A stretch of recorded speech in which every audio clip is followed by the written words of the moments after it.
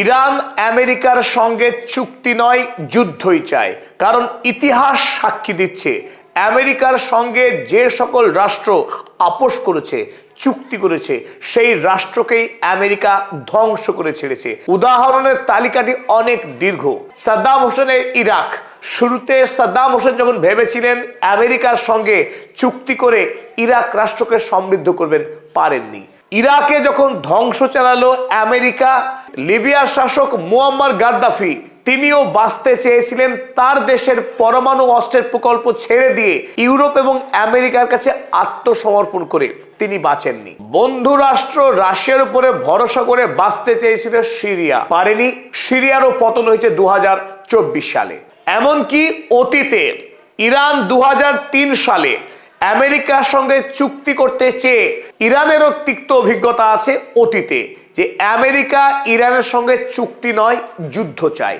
America এবং Iran এই দুই রাষ্ট্র কোনোদিনই বন্ধু হতে পারে না, কারণ ইরান ইসলামিক বিশ্বাসের উপর দাঁড়িয়ে আছে, ওদিকে আমেরিকা জায়নবাদী এবং পুঁজিবাদী রাষ্ট্র, যার সঙ্গে কোনোদিনই মতাদর্শগত মিল হতে পারে না। তাই হয় ইরানের বিজয় হবে, নতুবা আমেরিকার বিজয় হবে। এই দুইয়ের একটি রাষ্ট্র ধ্বংস না হলে কোনোভাবেই মধ্যপ্রাচ্যে শান্তি তৈরি হবে না। কিন্তু বর্তমানে ইরান সামরিক শক্তি, ধর্মীয় বিশ্বাস এবং জাতিগত ঐক্য এমন উচ্চতায় তুলে নিয়ে এসেছে, যাতে স্পষ্টই বোঝা যাচ্ছে আমেরিকার ধ্বংস হওয়া শুধু সময়ের অপেক্ষা। চলুন মূল আলোচনা শুরু করবার আগে, গতকাল রাতে নতুন করে আবারও ইরান এবং আমেরিকা যুক্তরাষ্ট্রের মধ্যে এক ভয়াবহ যুদ্ধ শুরু হয়েছে। সেই যুদ্ধের আপডেট দেখে নিয়ে আমরা মূল আলোচনায় ফিরবো। এই আলোচনায় সকলকে স্বাগত জানাচ্ছি, আমি আপনাদের বন্ধু প্রফেসর আব্দুল হালিম।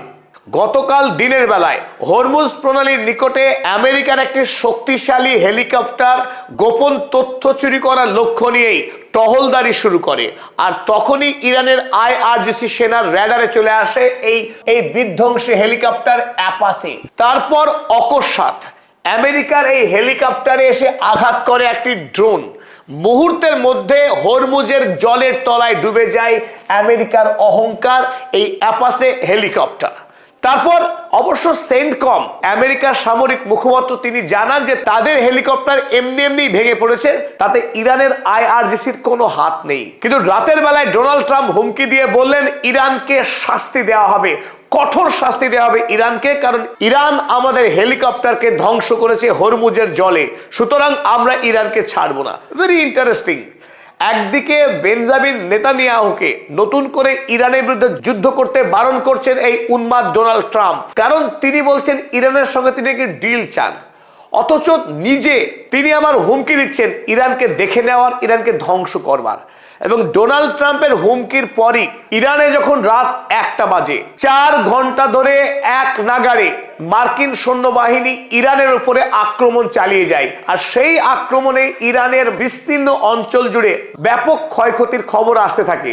এখনো পর্যন্ত যেটুকু জানা গিয়েছে, কালকের রাতের বেলায় আমেরিকার আক্রমণে ইরানের শিরিক এবং জাস দ্বীপের নৌবাহিনীর যে র্যাডার সিস্টেম ছিল, সেই র্যাডার সিস্টেমের উপরে আক্রমণ করে মার্কিন সেনারা, আক্রমণ করে বন্দর আব্বাস এডি পজিশন, ইরানের অন্যতম গুরুত্বপূর্ণ বন্দর আব্বাস, সেই বন্দর আব্বাসের এডি পজিশনেও আক্রমণ করা হয় আকাশ থেকে বোমা বর্ষণ করে।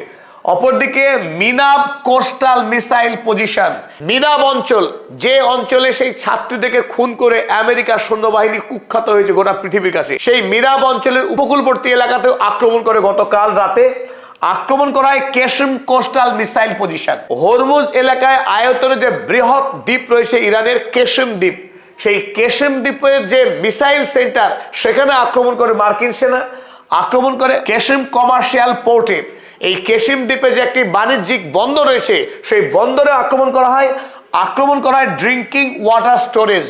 2টি জলাধারে আক্রমণ করেছে গতকাল আমেরিকা যুক্তরাষ্ট্র। আর এই আক্রমণ একটি ভয়ঙ্কর বিপদের সূচনা করলো মধ্যপ্রাচ্যে, কারণ এতদিন পর্যন্ত ইরান কোন দেশের ডিস্যালিনেশন প্রজেক্টে আক্রমণ করেনি। সমুদ্রের জলকে লবণ মুক্ত করে পানের উপযুক্ত করা হয় এই আরব দেশগুলোতে, কারণ আরব দেশগুলোতে জলের ভয়াবহ সংকট। তাই জলে আক্রমণ করা মানে সরাসরি সাধারণ মানুষের উপরে আক্রমণ করা। ইরানেও পানীয় জলের সংকট রয়েছে ভয়াবহ। তাই ইরান সরকার তেহরানে বিশেষ করে যাতে পানির সংকট না হয়, তাতে একাধিক বড় বড় জলাধার রয়েছে, সেই জলাধারেও আক্রমণ করেছে পিশাচ মার্কিন সৈন্যবাহিনী। সুতরাং তার পরপরই ইরানের বিদেশমন্ত্রী সৈয়দ আব্বাস আরাগচি সাংবাদিক সম্মেলন করে মধ্যরাতেই জানিয়ে দেওয়া হয়, মধ্যপ্রাচ্যে আমেরিকার যতগুলি সামরিক ঘাঁটি রয়েছে এক